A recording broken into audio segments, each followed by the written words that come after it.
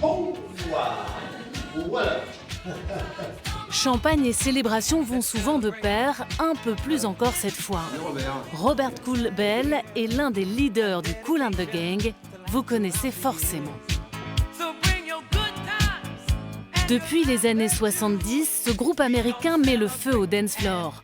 Aujourd'hui, c'est en Champagne qu'il vient apposer son nom, la France qui l'a toujours si bien accueilli.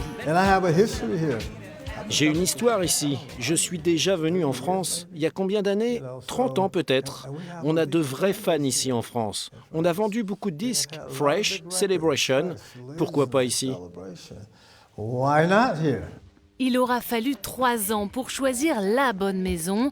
La maison Berthelot va même dédier une parcelle à la cuvée Kool.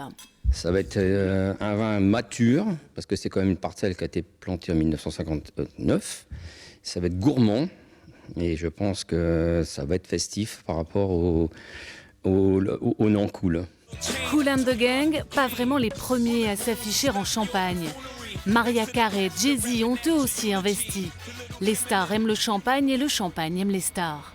Mais loin de l'or et des paillettes, cette maison y a surtout vu l'occasion de faire parler des champagnes de vignerons. Paul Berthelot, en tapant sur Internet, c'est maison familiale depuis 1884 en Champagne, donc il n'y a aucune erreur à avoir. D'autant plus que la cuvée qu'on leur a choisie, la cuvée Le Kool qu'on élabore aujourd'hui en 2018, c'est fait à partir d'une seule parcelle d'Ailly, donc vraiment en plus l'authenticité d'un terroir grand cru.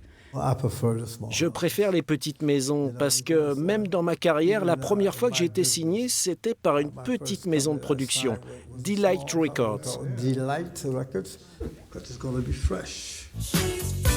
Quand on a créé autant de tubes mondiaux, après tout, on a bien le droit de se payer un rêve. Ce champagne très frais vous coûtera 40 € sur le marché français.